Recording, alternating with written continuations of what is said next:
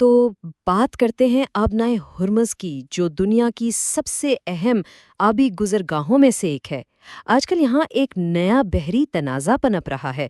चलें ज़रा गहराई में जाकर देखते हैं कि आखिर वहाँ हो क्या रहा है।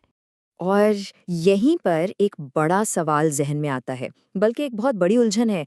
आखिर ऐसा कैसे हो सकता है कि दुनिया की सबसे ताकतवर नेवीज़ अपने तमाम तर जदीद हथियारों के साथ इस छोटी सी तंग सी गुज़रगाह को कंट्रोल नहीं कर पा रही? तो ये है हुर्मुज़ की पहेली, यानी एक रवायती बहरी नाकाबंदी का टकराव हो रहा है एक गैर रवायती दुश्मन से। देखिए, एक तरफ तो बड़ी ताकतें ये दावा कर रही हैं कि वो ईरान के बड़े रवायती बहरी जहाज़ों को मिनटों में तबाह कर सकती हैं, लेकिन हकीकत बिल्कुल इसके बरक्स है। वो इस छोटी सी आबी गुज़रगाह पर अपना कंट्रोल कायम करने में बुरी तरह नाकाम नजर आ रही हैं। और ये तनाज़ा अब बहुत तेज़ी से बढ़ रहा है। अब तो अमेरिका और ब्रिटानिया जैसे कई बड़े ममालिक के तेल बरदार जहाज़ों को भी निशाना बनाया जा रहा है।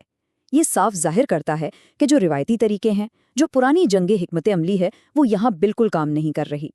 तो फिर ईरान का खुफिया हथियार क्या है? आखिर वो क्या चीज़ है जो इतनी बड़ी ताकतों को रोक रही है?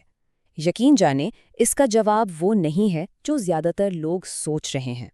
ईरान की असल ताकत उसके बड़े जंगी जहाज़ों में नहीं है। जी हाँ, ये बात जहन से निकाल दें। असल ताकत कहीं और ही छुपी हुई है। और वो खुफिया हथियार है मॉस्कीटो फ्लैट।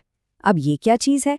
सोचें, हजारों छोटी छोटी बहुत ही तेज़ रफ्तार कश्तियाँ जो भारी हथियारों से लेस हैं, और उन्हें बनाया ही खास तौर पर आबनाए हुर्मुज़ जैसे तंग और कम गहरे पानियों में लड़ने के लिए क्या है, बिल्कुल मच्छरों के एक झुंड की तरह।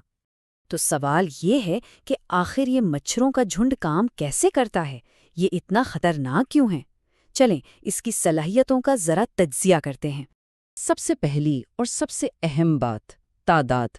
ईरान के पास ऐसी 2000 से भी ज़्यादा छोटी हमलावर कश्तियां हैं। 2000! सिर्फ ये तादाद ही किसी भी बहरिया के लिए एक डरावना ख्वाब है। लेकिन ये सिर्फ तादाद का खेल नहीं है। अब जरा इनकी रफ्तार पर गौर करें। ये कश्तियां पानी पर 110 किलोमीटर फी घंटा की नाकाबिले यकीन रफ्तार से चल सकती हैं।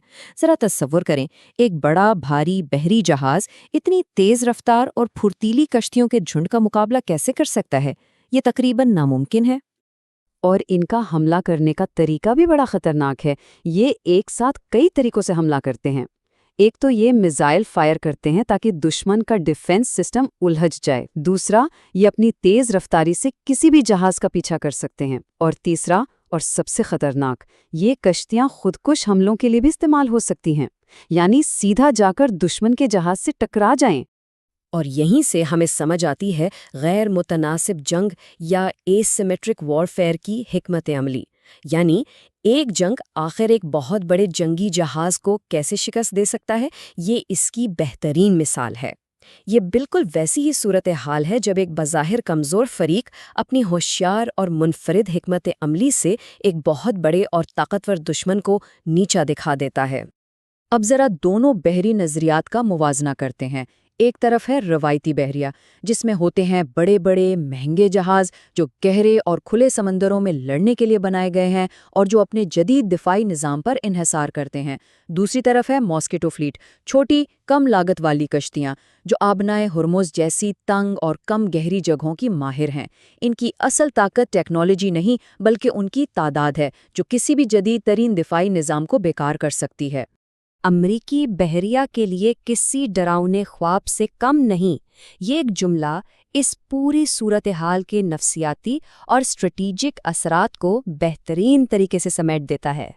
तो ये पूरी सूरत हाल एक बहुत बड़ा सवाल खड़ा करती है कि क्या बहरी जंग का मुस्तकबिल वाकई देवहकल तैयारा बरदार जहाज़ों में है या फिर इन छोटी छोटी कश्तियों के झुंड में?